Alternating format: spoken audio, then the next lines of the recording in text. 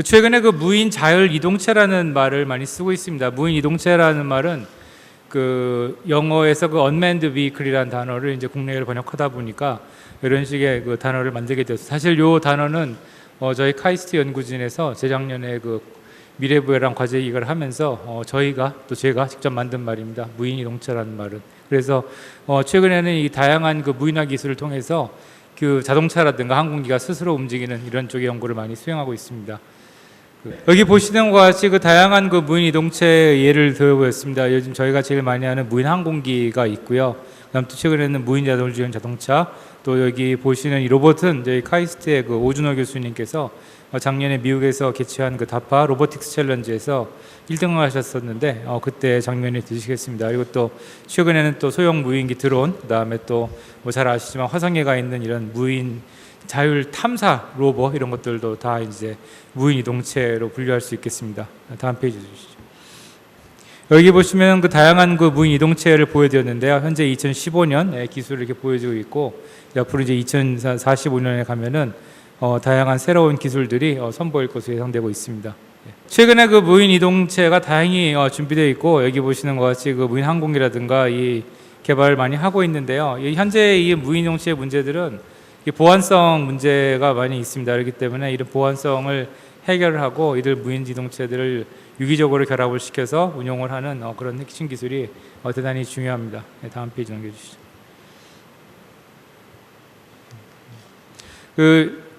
요즘에 그 드론 많이 하는데요. 요즘에 그 우리나라의 그 무인 항공기가 처음 알려진 게 이건 소형 여러 개의 로터가 달려 있는 소형 무인기가 드론으로 알려지다 보니까 그 요즘에 그 무인기를 처음 접하시는 분들은 이제 드론이라 그러면은 여러 개의 프로펠러가 달린 무인기를 생각하시는데 실제로는 이게 모든 무인 항공기를 지칭하는 게 드론이라고 부를 수 있고요.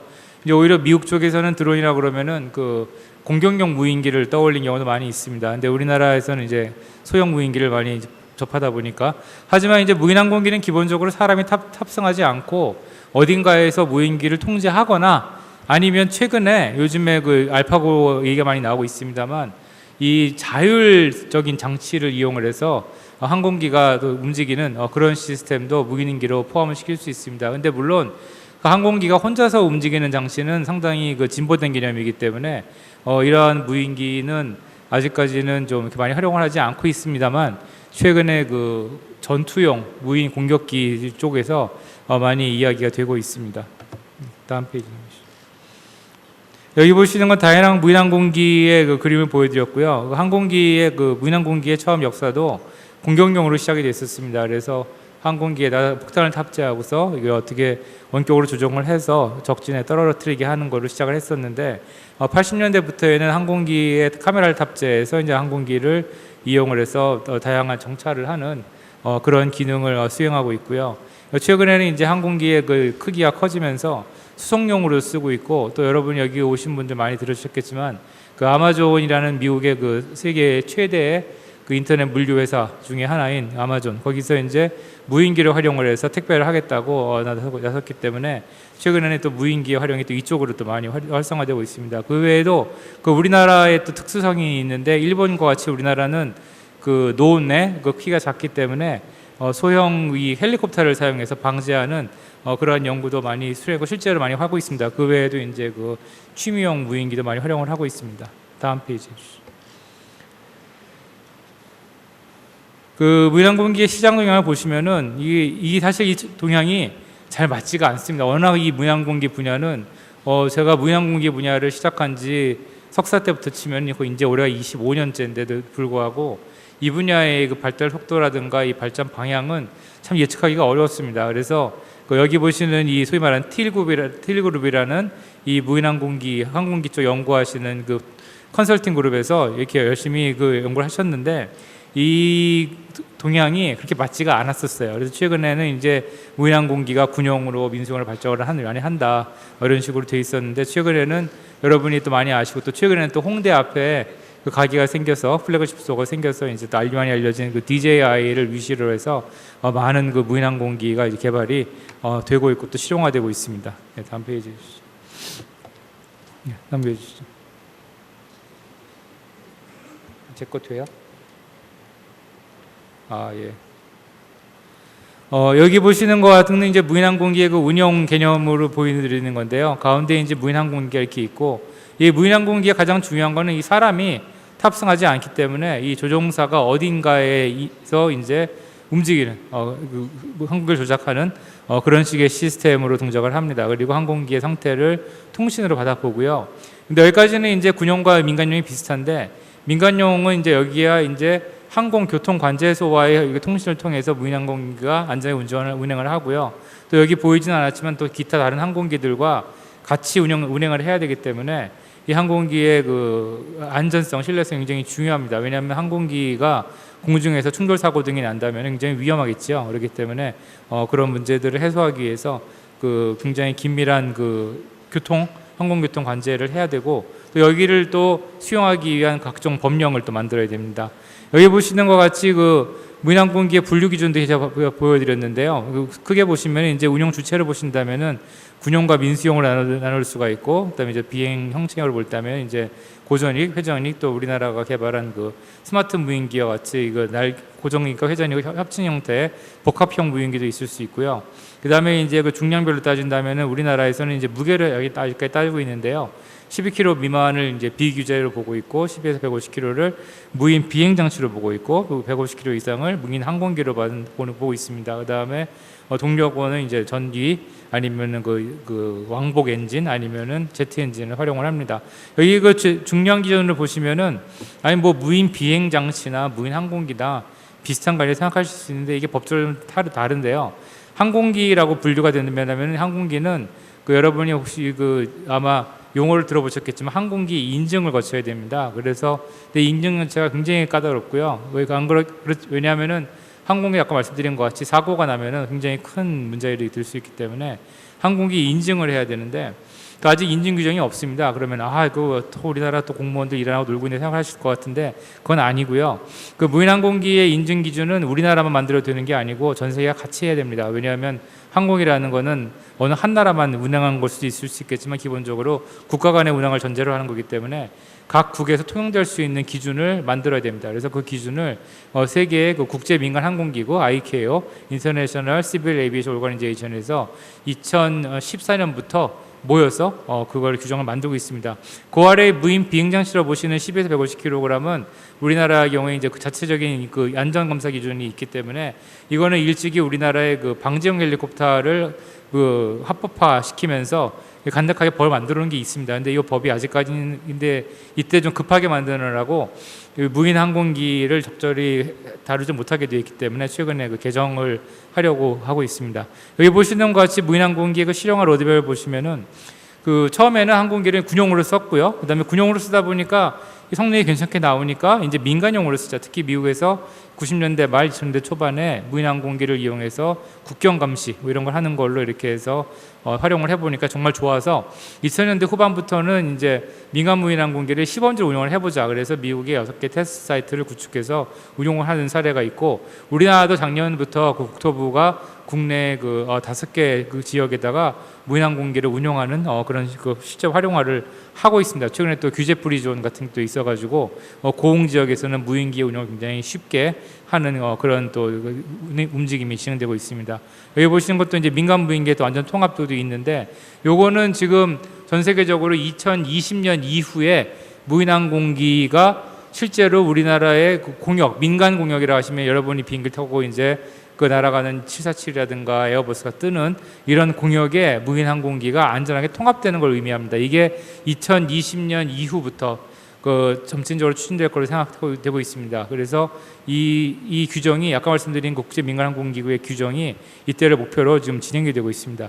여기 제가 그림을 복잡하게 보여드렸는데요.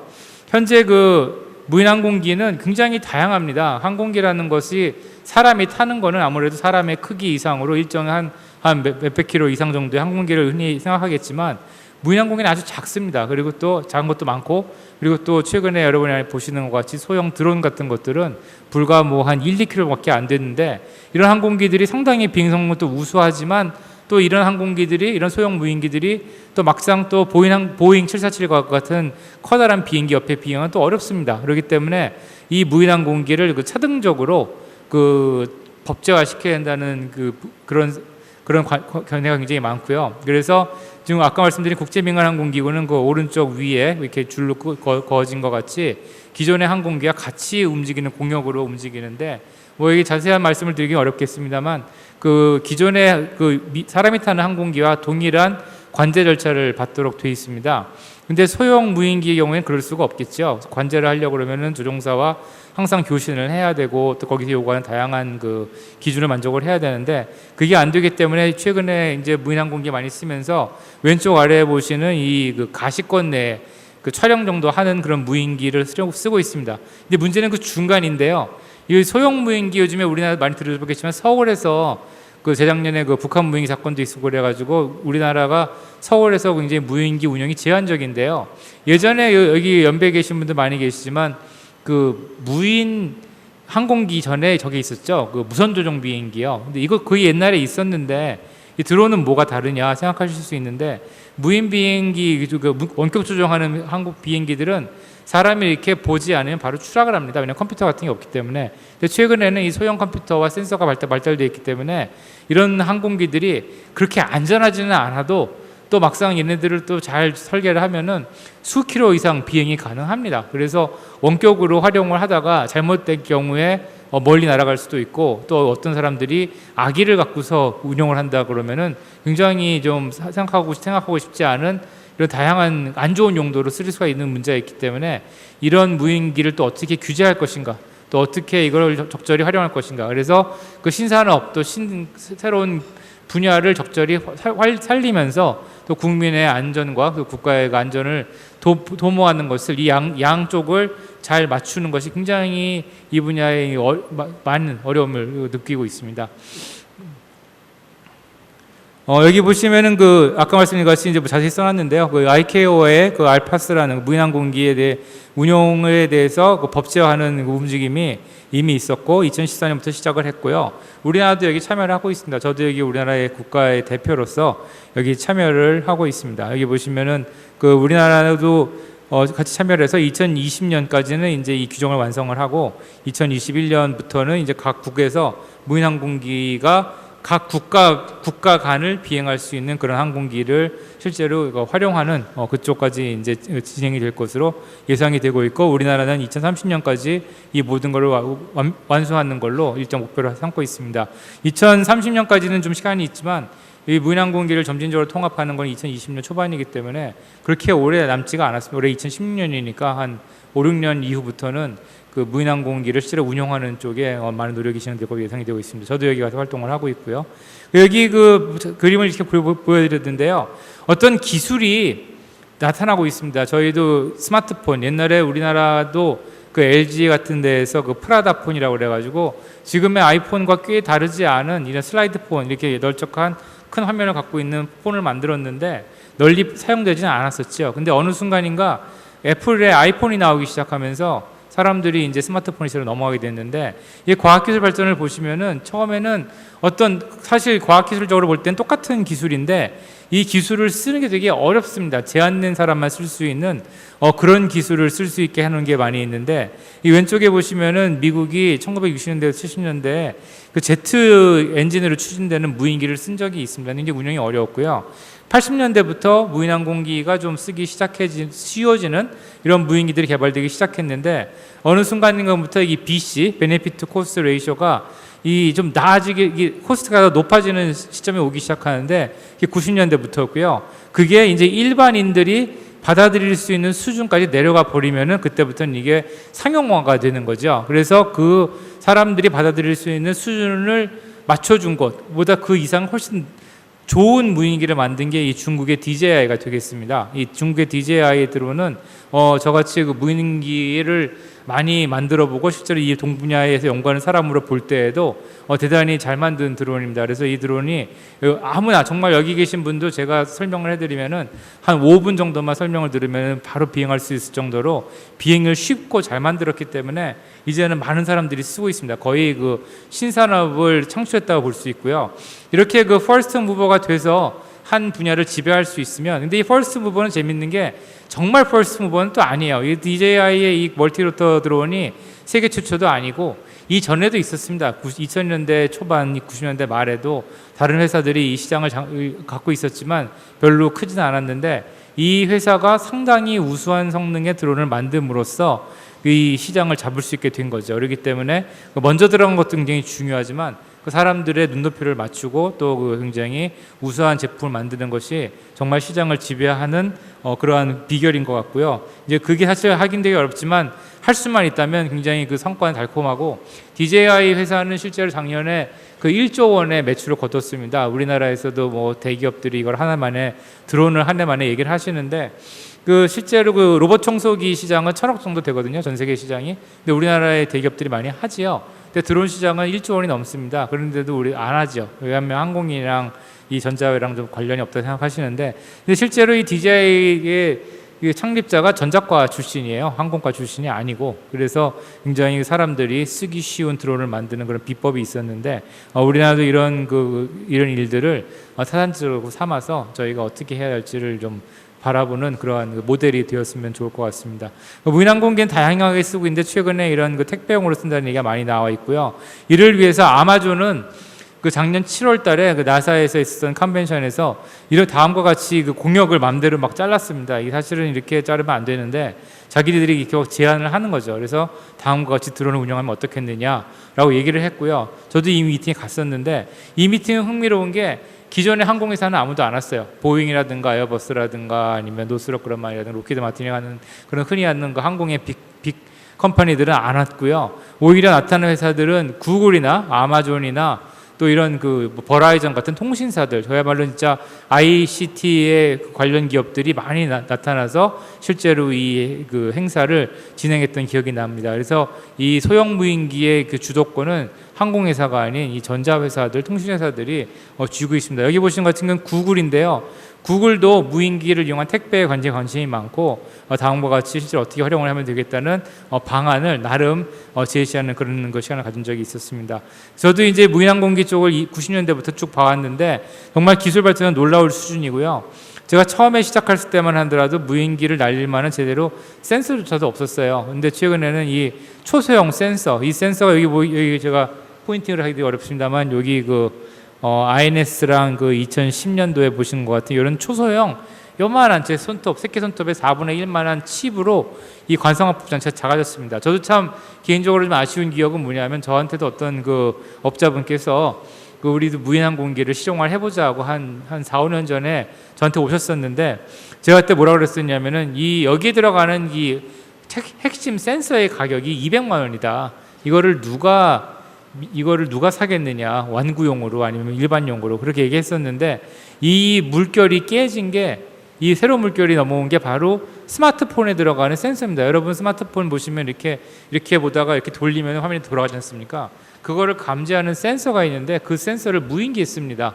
이 센서도 우리나라도 만들 수도 있고 또 우리나라가 전 세계적으로 굴지의 핸드폰 제조 국가인데 이 센서를 우리나라가 충분히 쓰고 그럼에도 불구하고 이 기술이 스마트폰의 기술이 이 무인기를 안 넘어간 거예요. 저도 그래서 보고 있으면은 왜 그럴까? 각 분야 간에 너무 벽이 높아요. 그래서 항공은 항공이고 전자는 전자고 통신은 통신이다 이렇게 해서 벽이 너무 높은데 이 벽을 허물고 분야 간의 긴밀한 협력을 해야 되는데 우리가 거기에 너무 약하고 심지어는 저도 이렇게 회사 분들이랑 얘기해 보면은 같은 회사 내에서도 부처 간에서 각 디비전 간에도 경쟁이 있고 서로 공유를 안 하거든요. 그러다 보니 이렇게 우리나라가 스마트폰의 기술을 갖고 있는 나라임에도 불구하고 이 무인기 기술을 제대로 발전시키지 못한 그런 아쉬움이 있습니다. 여기 보시면 이게 다음에 이제 2010년이 지나가고 있는데 앞으로 이제 5년 내엔 뭐가 올까라고 제가 생각해서 이게 통합될 것이다 생각을 했더니 이미 나왔습니다. 이건 뭐가냐면은 퀄컴이에요. 퀄컴이 이 스마트폰에 들어가는 자기네 스냅드래곤 칩이랑 각종 센서를 결합해서 한 요만한 손바닥 한 반만한 무인기 레퍼런스 보드를 만들었어요. 또 여기 또 흥미로운 모델인데 이거는 미국의 어느 유펜이라는 대학에 나온 기술을 거기서 나온 조그만 스타트업을 이 퀄컴이 산 거예요. 그런데 우리나라는 또 하나 문제가 뭔가 보시면은 이런 국내 대학도 저를 포함해서 다른 많은 사람들이 좋은 기술을 갖고 있는 사람들이 있겠죠. 있는데 이 기술을 적극적으로 기업에서 활용을 안 해요. 어떻게 하냐면은 저도 얼마 전에 다른 기업 자문해서 굉장히 놀랐었는데 굳이 그 외국에 있는 오픈 소스를 리버스 엔지니어를 해서 그거를 자기네 걸로 하려고 하는데 사실 그건 못 쓰죠. 오픈 소스라는 건 상용용으로 쓰면 안 되는 게 그런 그 일반적인 소프트웨어 라이센스의 기준이기 때문에 그 오픈 소스를 그게 리버스 엔지니어하면 안 되는데 그렇게 하고 계시는 거예요. 그러니까 미국 같으면은 이런 신개념 기술들을 분야 간에 융합을 하고 또 학교에서 선제적으로 개발한 기술들을 기업이 적정한 그 대가를 지불하고서 자기네 걸로 만들어서 사실 애플이 갖고 있는 멀티터치라든가 지문인식 기술이라든가 아니면 시리어 같은 음성 그 어시스턴스 기술들이 다 애플 기술이 원래 아니거든요. 다른 회사의 기술을 사갖고 와서 그거를 활용하는 건데 우리는 굳이 그걸 또 기업이 인하우스를 만들려고 해요. 그러다 보니까 기술도 오래 걸리고 왜냐하면 그런 첨단 기술은 학교라든가 전문 연구소에서 잘하는데 근데 그런 것들을 이렇게 하다 보니까 결국 우리나라가 뒤처지는 겁니다. 예. 그래서 저는 특히나 이 드론 분야라든가 무인항공 자동차 분야를 많이 보고 있는데 여기가 뒤처지는 이유가 그런 것 같은 이유 때문에 계속 결국은 또 이제 인하우스를 개발하려고 하니까 문제가 되는 거죠. 그래서 여기 보시는 것 같이 퀄컴 같은 회사가 이런 소형 장치를 개발해서 레퍼런스를 쓰고 있습니다. 그래서 다음과 같이 앞으로 이제 5년이 또 지나면은 2020년 이후가 된다면은 정말 초소형 항공기들이 나와가지고서 아주 우리 삶에 그냥 녹아드는 식으로 가지 않을까 생각을 하고 있습니다. 여기 제가 설명을 길게 했었는데 이 DJI 이거 사실 이 사진도 또 옛날 거예요. DJI는 6개월에 한 번씩 신제품을 만들어냅니다. 근데 우리나라는 여기 가셨는데 국장님이 가셨는데 저도 정부랑 같이 일을 해보면은 새로운 그 과제를 도출하는데 회의하는데 6개월이고 과제 설계하는데 6개월이고 과제 공고해서 제안서 받는데 또 선정하고 6개월이고 1차년은 항상 저희가 뭐 하죠? 과제 하신 분들은 다 아시겠지만 1차년은 늘 저겁니다. 동향조사입니다.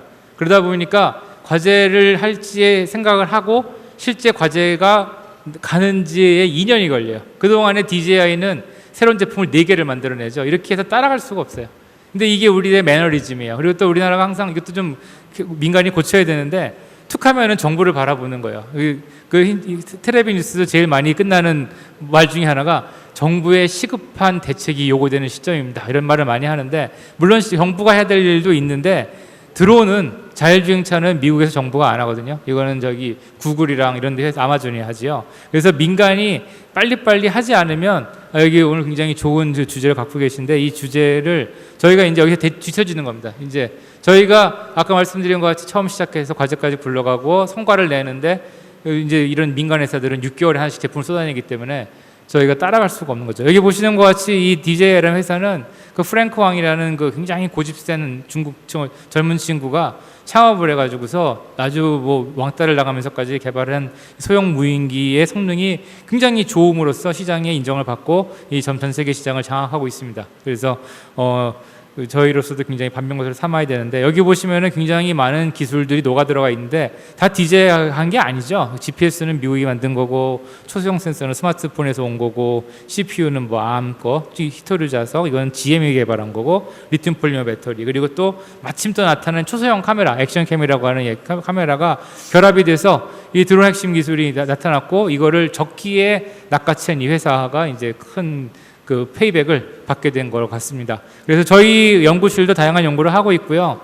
여기 저도 이제 다른 분들이 하는 것만 코멘트할 게 아니라 저도 연구를 많이 해야 되니까 여기는 동영상이 있긴 있는데 오른쪽 위에 보시면은 클릭하면 나오긴 하는데 이게 무인항공기가 주행도 하고 비행도 할 수 있는 그런 신개념 무인기를 저희가 설계를 했는데 얼마 전에 그 싱가포르의 그 도시기획국에서 와가지고 상당히 많은 문의를 하고 간 적이 있습니다. 자기네 무슨 측량으로 쓰고 싶다고. 다음과 같이 그 국가과제로서 진행되는 게 있고요.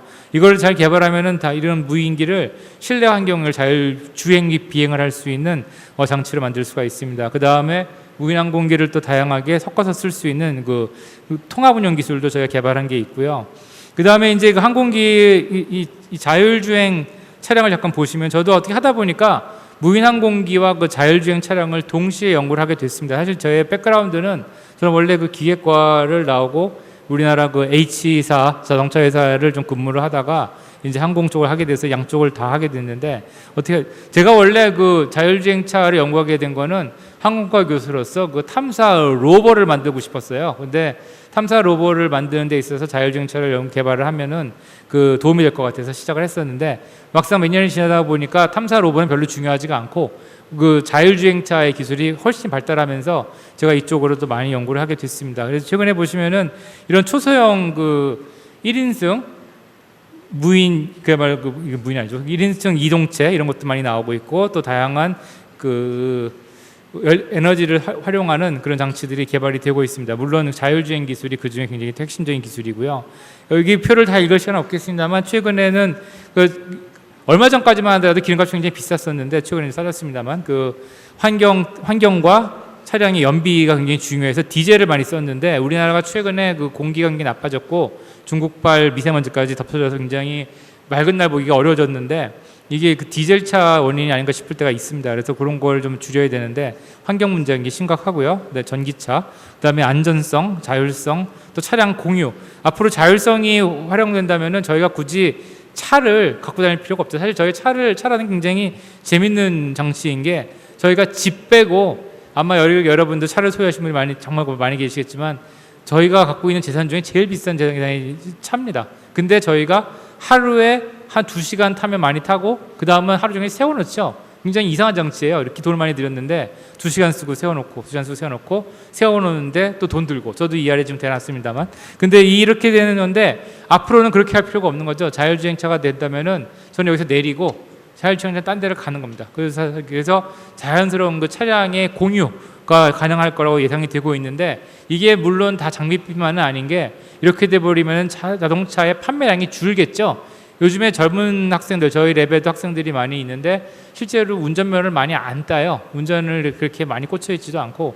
그래서 이거 보시면은 이제 앞으로 이 자동차의 판매량도 줄는데, 전기차로 가버리면 더더욱 자동차에 들어가는 부품 수가 확 줄어버리기 때문에, 이게 우리나라의 그 기존의 엔진 위주로 편성되어 있는 자동차 산업이 큰 타격을 입지 않을까 걱정을 하고 있기도 합니다. 그래서 다음과 같이 소형화라든가 특수화, 자연고 같은 거대한 흐름이 일어나고 있는데, 이런 흐름이 참 놀라운 게, 저희가 이걸 못 느껴요. 못 느끼다가 갑자기 빙산이 저희 배를 때리는 것 같은 느낌을 먹었는데, 그게 바로 한 2, 3주 전에 테슬라가 모델 3를 공개를 했고, 그래서 전 세계, 우리나라 사람들, 저도 주문을 했는데 30만 명이 주문을 했습니다. 전기차를. 그런데 이 움직임을 아무도 몰랐죠. 아무도 몰랐습니다. 갑자기 나타나는 움직임 사실은, 근데 갑자기 나타난 건 아니고요. 그동안에 쭉 모여있었던 이런 포텐셜이 갑자기 수면 위로 돌출을 한 거죠. 90%의 움직임은 물 아래에 있고 10%의 움직임이 갑자기 튀어나온 겁니다. 근데 우리가 이거를 참 읽지를 못하고 설마 하면서도 당하는 경우가 참 많은데, 근데 특히 우리나라 그런 일이 많은 것 같아요. 앞으로 그래서 이 전기차와 자율주행 자동차, 차량 공유 이런 문제는 굉장히 우리나라에서 심각하게 미리 선제적으로 대응하지 않으면, 그 미국의 디트로이트가 그 도시 자체가 공동화되는 것 같이 한국의 자동차 중심지가 공동화될 수 있는 위험도 있습니다. 그래서 거기에 대해서 우리가 굉장히 심각하게 고민을 하고 적절한 판단에 따라서 대책을 세워야 될 걸 생각을 하고 있습니다. 자율주행차는 잘 아시지만 다양한 센서를 부착을 해서 사람이 운전하는 거와 유사하게 그 교통 질서를 지키면서 목적지까지 가는 겁니다. 그래서 이런 것들이 굉장히 많은 센서라든가 판단, 또 인공지능까지 요구되는 첨단 기술입니다. 저도 이제 자율주행과 무인항공기를 같이 하는데, 무인항공기의 경우에는 자율주행보다 쉬워요. 사실 하늘엔 별로 장애물이 없기 때문에 일단 비행만 하면은 자율비행 굉장히 쉬운데, 문제는 이제 자율주행은 땅에 내려와서 있는 다양한 이 불확실성을 제대로 파악을 하고 대처를 해야 되는 거죠. 그래서 거기에 대해서 많은 어려움이 있고요. 사람들이 흔히 스마트카, 지능형 자동차, 무인 자동차를 섞어서 쓰는데 사실은 다 다른 뜻이지만 대충 이 오늘 토크에서는 이런 것들을 섞어서 말씀드리려고 하겠습니다. 그래서 이 1939년에 GM이 자율주행 차의 개념을 처음 선보인 이후에 80년대, 90년대에 많이 노력을 했지만 그 당시에만 하더라도 우리 이 센서와 컴퓨터 기술이 좋지 않았는데 2000년대에 들어오면서 이 다파라는 미국이, 아까 제가 처음 다파를 말씀드렸습니다만 미국의 그 고등 국방 연구국으로 번역될 수 있는 다파에서 이 무인 자율주행차의 대회를 걸었어요. 상금만 크게 걸고서 만들어라 그랬더니 처음에는 잘 못했지만 미국에 있는 걸출한 대학 및 연구소들이 많이 참여를 해서 그 차가 자율로 거의 200km를 자율주행하는 그 놀라운 성과를 거둬냈습니다. 이때부터 자율주행 기술이 열리기 시작을 해서 이 기술이 또 일반 그 구글 같은 회사로 넘어 들어가서 굉장히 활성화된 바가 있습니다. 우리나라에서도 90년대에 이런 거 하신 분들이 계셨는데 불행하게도 시대를 너무 앞서가셔서 많은 빚은 못 받고요. 최근에 자율주행은 2000년대, 2010년도 이후에 활발히 개발되고 있는데 결국은 이제 이 컴퓨터 기술이죠. 여기 제가 그 동영상 같은 걸 많이 넣어놨는데요. 이게 잘 보일지 모르겠습니다만 여기 그 하나씩 클릭하면 뜨긴 뜨는데요. 여기 그 왼쪽 아래를 보시면은 저는 이제 자율주행 기술을 어떻게 보냐면은 이 속도와 복잡도를 봅니다. 복잡도. 저희가 사실은 보면은 이미 이번에도 그 EQ900 같은 자동차들이 뭐 레벨 2에 해당하는 자율주행 기술이 있다고 말을 하는데 그게 뭐냐면은 그 종방향과 행방향을 자율주행할 수 있다 그런 말씀인데 진정한 자율주행을 하려고 그러면은 이제 도로상에 있는 상당히 많은 복잡한 것들을 다 파악을 해야 되는 거죠. 그래서 저희가 점진적으로 이렇게 가고 있는데 많은 분들이 물어보고 저도 저한테 많이 물어보시는데 언제 정도 자율주행차가 나올 것이냐라고 질문을 하는데 여기 답이 상당히 답을 좀 복잡하게 해야 되는데요. 진정한 차가 완전히 사람이 손을 떼서 무한정 시간 동안 자율주행하는 건 상당히 어려울 것 같습니다. 그건 2040년 뭐 그 이후라고 얘기를 하고 있는데요. 그거 말고 사람이 운전석에 앉아 있고 운전의 한 95% 정도를 차가 대신하는 거는 생각보다 빨리 올 수 있다고 생각을 합니다. 그래서 최근에 뭐 테슬라가 자꾸 말씀드렸지만 테슬라가 개발한 그 모델 그 S에 있는 오토파일럿 기능, 아직 이건 레벨 3 자율주행인데 이런 한 레벨 3 정도, 레벨 4 정도의 자율주행은 한 2025년 정도면 꽤 상용화되지 않을까 생각을 하고 있습니다. 물론 운전자가 앉아서 이제 차량을 많이 컨트롤하는, 그러니까 비상시에는 무조건 차량이 운전자에게 통제권을 넘기는 활용이 되겠지만 그 정도만 하더라도 굉장히 편하고요. 이렇게 비 오는 날, 길 막히는 날 운전할 때 그 정도 맞게 되게 편하지 않습니까? 그래서 그런 식으로 갈 것 같습니다. 여기 보시는 것 같이 평행 주차라든가 자동 발레 주차, 정체구간 보호 장치 이미 판매가 시작이 됐고요. 또 아래 그 아래쪽에 가운데 있는 고속도로의 자율주행 장치도 테슬라의 오토파일럿으로 실용화되어 있는데 그 테슬라의 회장인 일론 머스크는 한 2년 내로 자율주행차를 만들어 팔겠다고 공언을 했습니다. 최근에 테슬라 일론 머스크가 큰 일들을 많이 하고 있기 때문에 이것도 또 가능하지 않을까 생각할 때가 있고요. 또 자율주행 레이싱도 있습니다. 포뮬러 2라는 것도 있는데 진정한 이제 일반 도로에서의 자율주행 사실 제일 어렵죠.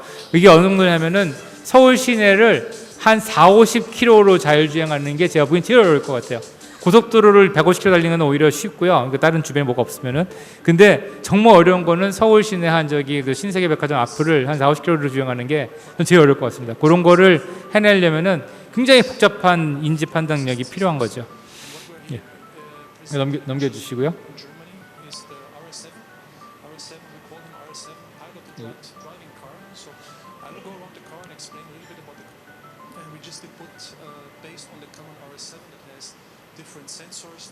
예, 여기 보시면은 그 최근에 저도 자동차 회사에 한 90년 초반에 잠깐 근무를 했었는데 그 당시만 하더라도 이제 엔진이라든가 변속기의 제어가 시작되어 있었습니다. 그 자율주행을 하면은 사람이 차에서 빠져나와서 위험하지 않냐 이렇게 말씀하시는데 여러분이 지금 운전하시는 차도 이미 엄청난 자동화가 되어 있는 장치입니다. 우리는 그걸 우리 통제하는 생각을 하지만 실제로 그 엔진, 변속기 또 최근에는 그 핸들까지도 컴퓨터가 컨트롤하는 걸 시스템으로 되어 있기 때문에 여기 있는 이 컴퓨터 중에 하나만 망가지더라도 차가 동작을 못하게 되는 거죠. 이미 자율주행은 아니지만 자동 장치는 엄청나게 많이 들어가 있습니다. 그래서 저희가 그거를 꽤 신뢰하면서 쓰고 있는데 이 기술이 좀 발전을 하고 요즘에 나오는 또 차선 감지 장치까지 나오기 시작하면서 이 자율주행 기술도 굉장히 발전을 했고요. 앞으로 이제 자율주행 기술도 지금은 좀 생경하게 느끼지만 앞으로는 이것도 꽤 당연하게 받아들이지 않나 생각합니다. 여기도 그런 차 갖고 계신 분이 계실 텐데 차선 인식 및 차선을 추종하는 기술이 들어간 차가 있습니다. 저도 그걸 타고 다니는데 처음에 타면 굉장히 무섭고 이게 되나 싶은데 좀 하다 보면 이게 굉장히 이게 익숙해집니다. 잘 되네. 그러면 사람들이 그다음부터 신경 안 쓰고 이제 심드렁해지죠. 이런 게 걸쳐지게 되는데 지금은 자율주행 그러면은 미래의 기술 같다고 생각하시지만 앞으로 이런 기술이 정말 우리 안에 나타나고 실용화된다면은 그렇게까지는 놀라운 기술이 아닐 거라 생각을 하고 있습니다. 여기 보시는 것 같은데 이거에 드라이빙하는 이 포스는 결국 저겁니다. 결국은 컴퓨터 트랜지스가 몇 개냐, 인공지능이 몇 개냐 하는 그런 거죠. 여기 보시면 전 세계적으로 많은 자율주행 차의 개발이 진행되고 있고, 그 미국에서도 그 볼보, 미국에서 그 포드나 GM이 많이 하고 있고, 유럽의 볼보, 또 그다음에 중국도 바이두라고 여기는 그 인공지능 쪽을 많이 연구를 하고 있고, 우리나라도 현대에서도 많이 참여를 하고 있습니다. 여기 몇 개 예를 들어봤는데요. 테슬라 오토파일럿이 지금 판매 중이라서 가장 앞선 자율주행 기술을 판매를 하고 있고요. 닛산에서도 작년에 동경 모터쇼에서 닛산 IDS라는 자율주행 기술을 선보인 바가 있고, 아우디는 작년에 CES에서 아예 샌프란시스코에서 라스베가스까지 900km를 자율주행해서 기자들을 태우고 갔는데, 그 기자들이 처음에 그런 거예요. 탔더니 굉장히 무서운데? 라고서 이제 겁을 내시다가 잘 가니까 금방 이제 익숙해지고 나중에는 지루해하더라는 거죠. 그래서 전부 첫째나 둘째 날 이후에는 다 잠만 잤다고 합니다. 뒤에 앉아가지고. 그래서 이 정도로 자율주행 기술이 밀라해졌고, 현대자동차는 지금 그 판매용으로는 그 EQ900 내부적으로 연구를 많이 하신 걸로 알고 있고, EQ900이라는 이 새로 나온 에쿠스 여기다가 그 종방향 항방향 제어할 수 있는 2단계 자율주행 장치를 넣어놨습니다. 여기는 올해 제가 CES 2016에 갔었는데요. 여기 CES가 원래 컨슈머 일렉트로닉스 쇼인데 요즘에는 카 일렉트로닉스 쇼가 될 정도로 굉장히 많은 그 자동차 쪽의 기술을 보이고 있습니다. 여기 보시면은 제 눈을 특히 많이 끌었던 거는 이 엔비디아, 여기 게임 좋아하시는 분들은 엔비디아를 이제 컴퓨터 게임용 고성능 그래픽 카드를 만드는 회사를 알고 계실 텐데 사실 맞는데요. 근데 그 회사가 쓰는 그래픽 카드를 약간 좀 고쳐가지고 그 고속 컴퓨팅하는 그 엔진으로 씁니다. 그래서 이게 엔비디아의 드라이브 PX2라는 걸 만들었는데, 이 컴퓨터가 제가 쓰는 저 맥북 프로의 120대 역할을 합니다. 크기는 요만한데. 그래서 이 정도는 들어가야 자율주행을 할 수 있다라고 이 사람들은 주장을 하고 있고요. 여기 동영상을 제가 많이 넣어놨는데, 이렇게 보시면은 여기 왼쪽 위에는 도요다가 리인포스 러닝, 강화학습을 해가지고서 차들이 스스로 움직이게 하는 그런 장치를 만들어 놨습니다. 이게 이때만 하더라도 제가 생경하게 느꼈는데, 저희가 한 달 전에 느꼈던 그 알파고의 충격, 이게 학습을 하는 거예요. 학습을 해서 강화 학습을 시키면은 차들이 스스로 부딪히지 않고 자율주행을 하는 그런 장치를 만들었습니다. 여기 좀 클릭해 주시면 좋긴 한데, 그 다음에 그 오른쪽 위에 있는 거는 이제 포드가 개발한 매핑 장치고, 오른쪽 아래에 있는 거는 눈길에서도, 눈이 오는 환경에서도 카메라가 장애물을 인식해서 하는데, 이 인식률이 사람보다 높아요. 처음에는 못했는데 학습을 시키니까. 여러분 옛날에 이런 얘기하면은 뭐 컴퓨터가 해봐야라고 생각하시겠지만, 이제 저희가 그런 말을 못하지요. 알파고를 본 다음에는 그 인간계의 최고의 바둑의 신을 이긴 정도가 된 컴퓨터가 돼버렸기 때문에 저희 같은 일반인들은 뭐 상대도 하기 어려울 것 같은데, 이 컴퓨터가 초당 24조 번을 계산합니다. 저희는 초당 24번을 못하는데 초당 24조 번의 계산을 하기 때문에 이런 자율 시스템이 인간보다 자꾸 우월해지고 있어요. 이러기 때문에 현재로서는 저희가 좋은 쪽으로 쓰고 있습니다만, 앞으로 그런 과학 소설을 쓰시는 분들의 생각하는 좀 이렇게 디스토피아적인 그 세계도 그렇게 허황되지 않은 걸 볼 수가 있고요.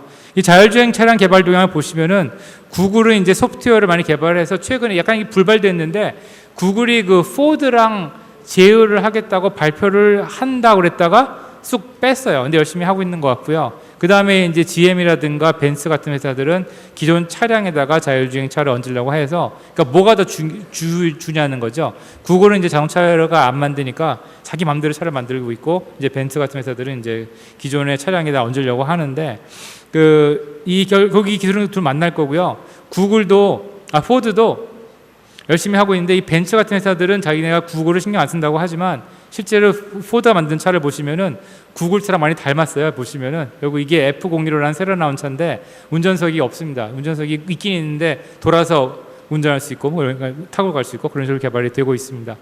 그 자율주행의 핵심 기술은 흔히 말하는 그 인지 판단 제어입니다. 저는 이걸 약간 좀 세분해서 보는데, 그 제어 쪽에는 이제 차량 제어 기술과 경로 생성 기술을 합쳐야 되고, 그 다음에 이제 그 인지 쪽에는 센서 자체 기술과 센서에 나온 데이터를 해석하는 기술, 인지 기술, 인식 기술이 필요하고요. 그다음에 이제 판단 기술이 필요한데, 이 판단 기술은 얼마 전만 하더라도 좀 어려웠어요. 이게 어떻게 할까 고민을 했었는데 드디어 이 답이 나오고 있습니다. 이 딥러닝을 같이 이용을 하면은 이 장치를 생각보다 그렇게 어렵지 않게 구현할 수도 있는지 모르겠어요. 최근에 또 엔비디아가 지난주, 딱 지지난주에 자기네가 개발한 이 인공지능 컴퓨터를 시연을 보였는데 자율주행차를 실도로에서 안전을 보장하면서 차를 이렇게 막 주행을 시켜가지고서 그 차가 충돌할 때 같으면은 그렇게 하지 말도록 이렇게 강화학습을 시켰습니다. 그랬더니 좀 하다 보니까 차가 혼자서 주행을 하게 되는 거예요. 그래서 앞으로 미래에는, 그렇게 멀지 않은 미래에는 요만한 박스가 나와가지고 박스에 버튼이 2개 있는 거죠. run, 그러니까 학습, 그 다음에 실행. 그래서 run 하다가 학습을 충분히 하면 이제 실행을 할 수 있는 이런 식의 시스템이 개발이 되지 않을까 생각을 하고 있습니다. 그래서 여기에 나오는 이 자율주행 판단 기술, 저희 연구실에서도 이 판단 장치를 만드는데 상당히 많은 노력을 요즘 기울이고 있습니다. 그래서 차량이 자율주행하려면은 여기 나온 것 같이 그 도로를 인식하는 게 굉장히 중요하고요. 그래서 앞으로 이제 도로에 중앙선이 어디인지, 그다음에 차가 어디 있는지. 근데 이게 또 국가마다 다르죠. 우리나라는 노란선 2줄이 중앙선이지만 일본 가면 흰색 파선이 또 중앙선일 수도 있고, 그렇기 때문에 이 같은 다양한 국가 간의 이런 차이에 대해서 저희가 정확하게 인식하고서 대응할 수 있는 그런 기술들을 개발을 해야 됩니다. 그다음에 이제 도로를 보시면은 항공기와는 확실히 타고나는 게 다른 게 굉장히 복잡한 게 많습니다. GPS가 차단되는 지역도 있고, 실내 주차장 같은 데도 있고, 여기 그 오른쪽 위에 보시면은 여러 개의 이 도로가 엉켜 있는 그런 데도 있고, 그 다음에 이제 날씨에 의한 교란, 복잡한 도로 시설, 그리고 오늘도 뉴스에 나왔지만 싱크홀 같은 게 갑자기 지도에 없는 장애물이 생길 수가 있습니다. 이런 것들을 대체를 해야 되는데, 이런 거에 대처하기 위해서는 사실 어렵지 않습니다. 이건 컴퓨터는, 사람들은 앞에 차가 벌어나는 일들을 알기가 어렵지만 자동차는 뭐가 있냐면 차 간에 통신이 가능합니다. 그렇기 때문에 이 통신을 이렇게 해가지고서 차 간에 그 정보를 공유한다면은 앞에 차는 빠질지언정 뒤에 차부터는 쫙 정보를 공유해서 안전하게 주행할 수 있는 그런 것도 가능합니다. 저희 카이스도 2009년부터 자율주행차 열심히 연구를 해서 2009년에는 기아 소울, 그 다음에 2013년부터는 벨로서를 활용하고 있고, 2015년부터는 BMW i3 전기차를 구입을 해서 자율주행차를 만들어 보려고 노력을 하고 있습니다. 이 차에는 저희 다양한 센서를 부착을 해서 레이저 스캐너라든가 GPS 등을 활용을 해서 차량의 위치와 또 주변 상황을 파악을 하고 자율주행하는 시스템을 개발을 해놨고요. 여기에 보이는 비디오는 2014년도에 저희 차가 자율주행한 장면인데요. 위에랑 아래가 같은 코스인데 차이가 저겁니다. 날씨가 달랐어요. 첫날에는 날씨가 맑고 둘째 날에는 비가 왔는데 맑은 날이나 비 온 거나 보시면은 놀라울 정도로 차가 일정하게 가지요. 이 차가 사람이 운전하면 다 랩타임이 다른데 이 자율주행차 알고리즘이 운전을 하면은 항상 랩타임이 6분 30초예요. 놀랍죠. 이게 기계가 하니까 그런 건데요. 이런 복잡한 환경도 상당히 많이 국내 연구진의 대학 연구진 정도도 이 정도의 자율주행을 많이 만들 수가 있고, 앞으로 딥러닝 같은 것도 적극적으로 활용한다면은 정말 진정한 자율주행, 인공지능 자율주행차도 만들 수 있다고 보기 때문에 저희 연구실도 그 분야의 연구를 굉장히 활발히 하고 있고, 지난주에 있었던 엔비디아의 GTC 그 그래픽 카 테크놀로지 컨퍼런스, GPU 컨퍼런스에 제가 가서 신기술을 습득한 바가 있습니다.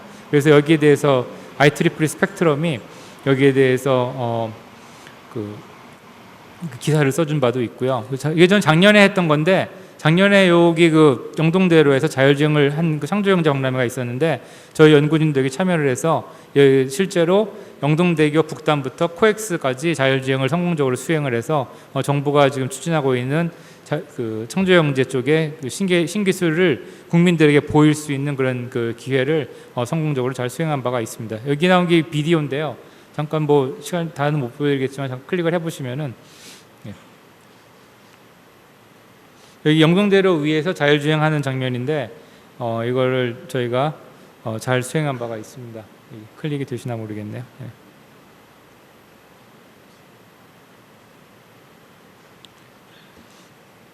네. 컴퓨터가 제 앞에 없으니까 좀 이렇게 뭐 하고요. 그다음에 이제 미래 자율주행 차량의 기술을 보시면 아까 말씀드린 것 같이 그 대세는 전기차인 것 같습니다. 이게 이제는 뭐 지난번에 모델 3가 이렇게 팔리는 거 보시면 더 이상 이제 수소차도 아니고요. 그다음에 뭐 다른 형태의 차도 아니고 전기차인 것 같습니다. 디젤차는 더더욱 아니고. 그래서 충전식 자율주행 전기차를 만들고 이거를 차량 간에 공유 데이터 통신을 하고 또 사람들 간에 차를 공유하는 그런 커넥티드 오토노머스 비클이 미래의 대세가 될 것 같은데, 이게 뭐 먼 나라 얘기가 아닌 게 이미 시행을 하고 있습니다. 싱가포르에서 MIT와 같이 해가지고서 모빌리티 온 디맨드라는 장치도 만들어서 이미 실용화를 해본 바가 있고, 특히 우리나라 같이 도로가 좁고 그 인구 밀도가 높은 데에서는 이런 전기차를 개발해서 활용하는 것이 정말 중요하다고 생각합니다. 특히 이거는 저희가 환경 문제로도 생각을 해야 되는 게, 요즘에 서울 하늘을 보시면은 옛날같이 파란 날이 별로 없어요. 대부분 노랗고, 그래서 이제 앞으로 이제 하늘색이라 하면 누리끼리한 색깔 하늘색이라 할 정도로 될 것 같은데, 그런 걸 제가 중국탄만 할 것이 아니라 적어도 우리나라에서 발생하는 그 오염 물질은 우리가 해결을 해야 되기 때문에 이 자동차의 이런 디젤차들을 빨리 없애고 전기차로 넘어가야 되는데, 사실 전기차가 그렇게 어렵지 않은 게요.